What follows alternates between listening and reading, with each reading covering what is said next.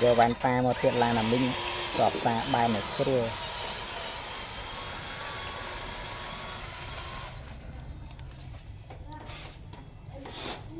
chui chạm phóng ở bị bạc chuẩn phóng bạc lan một chạm một bạc không phải bạc sầu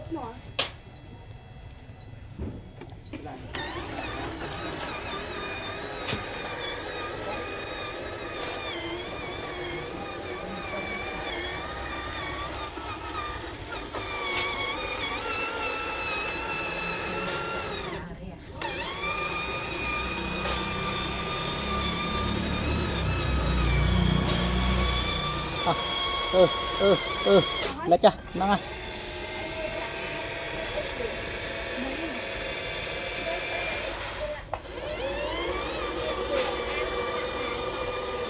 trời lại lại thả đào trường ơi